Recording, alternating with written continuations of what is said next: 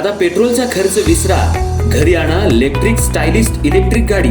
100% भारतीय बनावटीची electrics EV electric गाडी आता उपलब्ध. 5 वर्षांची वॉरंटी, आकर्षक कलर्स आणि स्पोर्ट्स डिझाईन.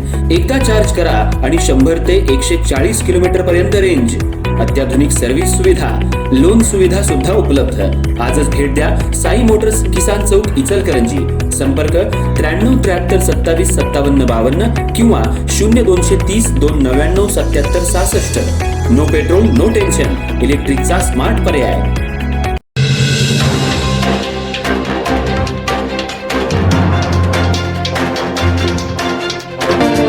प्रत्येक वेळी हे आरोप घेते, एक पैसा सुद्धा वाढविला नाही. हे तुम्ही पण ऐकला असेल, तुम्ही बघितलं असेल.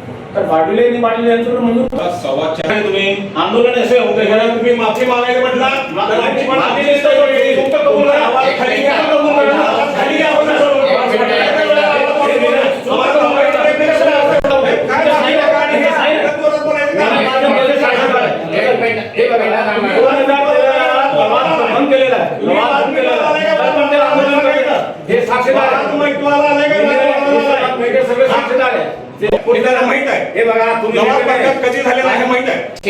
इचलकरंजी शहरामध्ये गेल्या 15 दिवसांपासून खर्चीवाले यंत्रमाग धारकांना मोजरी वाढ मिळावी यासाठी संप पुकारण्यात आला होता. आज प्रांताधिकारी कार्यालयात आणि खर्चीवाले यंत्रमाग धारक आणि ट्रेडिंग असोसिएशन संघटनेची बैठक पार पडली. येणाऱ्या बुधवारी 4 वाजता योग्य तोडगा काढून पुन्हा बैठक घेण्याचं सांगण्यात आलंय. या बैठकीत काही काळ दोन्ही संघटनेच्या पदाधिकाऱ्यांमध्ये शाब्दिक वादही घडला. ही बैठक प्रांताधिकारी दीपक शिंदे यांच्या अध्यक्षतेखाली पार पडली. इचलकरंजी शहर हे वस्त्रनगरी म्हणून आपण ओळखतो. शहरात हातमाग आणि खर्चीवाले यंत्रमाग धारक मोठ्या प्रमाणात आहेत. पण गेल्या 13 वर्षांपासून खर्चीवाले यंत्रमाग धारकांना मजुरी वाढ मिळाली नाही. त्यामुळे गेल्या 15 दिवसांपासून मजुरी वाढ मिळावी यासाठी कारखाने बंद ठेवून आंदोलन सुरू केले. याची दखल घेऊन उपमुख्यमंत्री एकनाथ शिंदे आणि वस्त्रोद्योग मंत्री संजय सावकारे यांनी जिल्हाधिकाऱ्यांनी तातडीची बैठक घ्यावी असे आदेश दिले होते. या अनुषंगानं आज प्रांताधिकारी कार्यालयात खर्चीवाले यंत्रमाग धारक आणि ट्रेडिंग असोसिएशनचे पदाधिकारी प्रांत कार्यालयामध्ये बैठकीसाठी हजर झाले होते. ही बैठक प्रांताधिकारी दीपक शिंदे यांच्या अध्यक्षतेखाली घेण्यात आली. खर्चीवाल्यांना गेल्या 13 वर्षापासून मजुरी वाढ मिळत नव्हती, ती मिळावी या मागणीसाठी निवेदन प्रांत अधिकाऱ्यांना देण्यात आलं. यामध्ये दोन्ही संघटनेच्या पदाधिकाऱ्यांचं म्हणणं ऐकून घेण्यात आलं. तर यावेळी बोलत असताना दोन्ही संघटनेच्या पदाधिकाऱ्यांमध्ये शाब्दिक वादही घडला. ट्रेडिंग असोसिएशनचे पदाधिकारी बोलताना म्हणाले की आमची बदनामी होती आहे. आम्ही मजुरी वाढ गेल्या 13 वर्षामध्ये दिली आहे. आमची बदनामी झाल्यामुळं खर्चीवाल्या संघटनांनी आमची माफी मागावी अशी मागणी केल्यानंतर प्रांत कार्यालयात एकच गोंधळ उडाला. तर प्रांताधिकारी दीपक शिंदे यांनी दोन्ही संघटनेच्या पदाधिकाऱ्यांना शांत राहण्याचं आवाहन केलं आणि काही प्रतिनिधींनी बोलत असताना शाब्दिक वादही निर्माण झाला. पण आज योग्य त्या निर्णयावर सगळ्यांनी यावं असं आवाहन प्रांताधिकाऱ्यांनी केलं. खर्चीवाल्यांना 5 पैसे दर वाढवून मिळावा यासाठी एक पाऊल तुम्ही पुढे या अशी मागणी करण्यात आली. तर आम्ही असोसिएशनची बैठक घेऊन सगळ्यांना सूचना करून आम्ही आमचा निर्णय बुधवारी देऊ असं आश्वासन ट्रेडिंग असोसिएशनच्या पदाधिकाऱ्यांनी दिले. या सर्व बैठकीमध्ये बुधवारी 4 वाजता प्रांत कार्यालय इथं एकमतानं बैठक घेऊन योग्य तो निर्णय केला जाईल असं आश्वासन प्रांताधिकारी दीपक शिंदे यांनी दोन्ही संघटनांना दिले. जर यांना असोसिएशननं कोणताही निर्णय दिला नाही तर जिल्हाधिकारी प्रांताधिकारी आम्ही एकत्रितपणे निर्णय घेऊन खर्चीवाल्या यंत्रमाग धारकांना मजुरी वाढ देऊ. जो शासन निर्णय होईल तो तुम्हाला मान्य करावा लागेल. त्या पद्धतीनं तुम्ही मीटिंग घेऊन सकारात्मक विचार करून येणाऱ्या बुधवारच्या मीटिंगला यावं असं आवाहनही ट्रेडिंग असोसिएशनच्या पदाधिकाऱ्यांना प्रांताधिकाऱ्यांनी केलंय. या बैठकीला सर्वच पदाधिकारी आक्रमक झाले होते. प्रत्येकानं आपापली भूमिका योग्य पद्धतीनं मांडली. सगळ्यांचं म्हणणं ऐकून बुधवारच्या बैठकीत योग्य तो तोडगा काढला जाईल. यावेळी खर्चीवाले यंत्रमाग धारक मालक आणि महिलांनी प्रांत कार्यालयासमोर आंदोलन केलं. प्रांताधिकाऱ्यांना घेरावही घालण्यात आला. जोपर्यंत आमचा निर्णय होत नाही तोपर्यंत आम्ही जाणार नाही असा पवित्रा घेण्यात आला होता. पण बुधवारच्या मीटिंगमध्ये योग्य तो तोडगा निघेल असे आश्वासन पदाधिकाऱ्यांना देण्यात आले. पण बुधवारच्या मीटिंगमध्ये योग्य तो तोडगा निघेल असं आश्वासन पदाधिकाऱ्यांना देण्यात आले.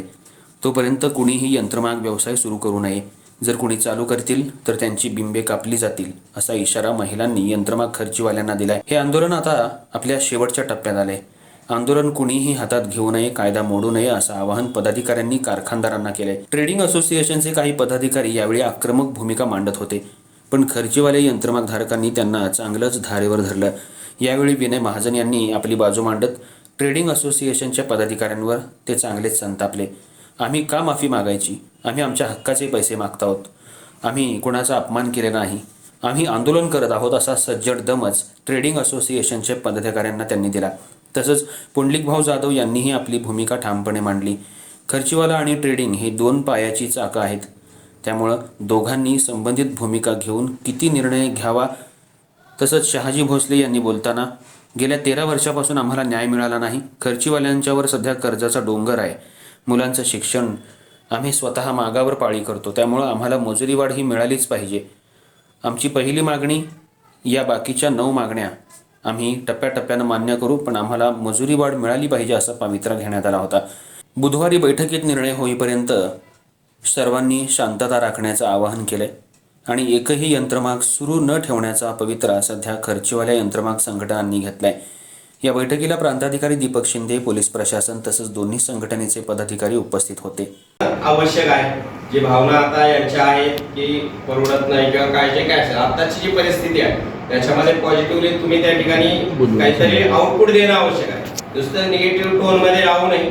नाहीतर जिल्हाधिकारी साहेबांशी चर्चा करून आम्ही एक निर्णय या ठिकाणी जाहीर करू, मग तो तुम्हाला फॉलो करावा लागेल. करायचा नाही करायचा हा तुमचा विषय, परंतु हे तरी फॉलो करा. मग पुन्हा अडचणीचा विषय व्हायला नको की त्यांनी तुम्ही सांगितलं आम्ही करत नाही, पुन्हा लॉ अँड ऑर्डर नको. पोलीस प्रशासन आहे, आम्ही पण या ठिकाणी आहोत. हा कायदा व सुव्यवस्थेचा प्रश्न निर्माण न होता हा प्रश्न मिटावा यासाठी तुम्ही पॉझिटिव्हली पाहिजे. आता अगोदर सगळे पॉझिटिव्ह होते, तुमचे नेते आल्यानंतर थोडं निगेटिव्ह झालं. ठीक आहे, त्याच्यामध्ये सोल्युशन द्यायचं आहे. परवाच्या दिवशी पुन्हा 4 वाजता आपण या ठिकाणी बसूया आणि पॉझिटिव्हली म्हणजे सगळे इचलकरंजीवर ते खुश झाले पाहिजे, तुमचाही बॅलन्स चालला पाहिजे. त्या पद्धतीने विषय कामगारांचा विषय, आपलं कामगारांचं शहर आहे आतापर्यंत दोघांच्या समन्वयाने चालले. 2013 पासून थोडं थांबले, रेट वाढलाय, परंतु चर्चात्मक मार्ग नव्हता. आता चर्चात्मक फोरम आहे, याच्यामध्ये जर नाही वाढवलं तर त्या जिल्हाधिकारी साहेबांशी चर्चा करून, लोकप्रतिनिधींशी चर्चा करून त्याच्यामध्ये निर्णय घ्यावा लागेल. तो तुम्हाला सगळ्यांना बंधनकारक आहे. त्याच्यामुळे पॉझिटिव्हली तुम्ही काय शक्य आहे त्या पद्धतीने परवापर्यंत हा विषय मिटवा.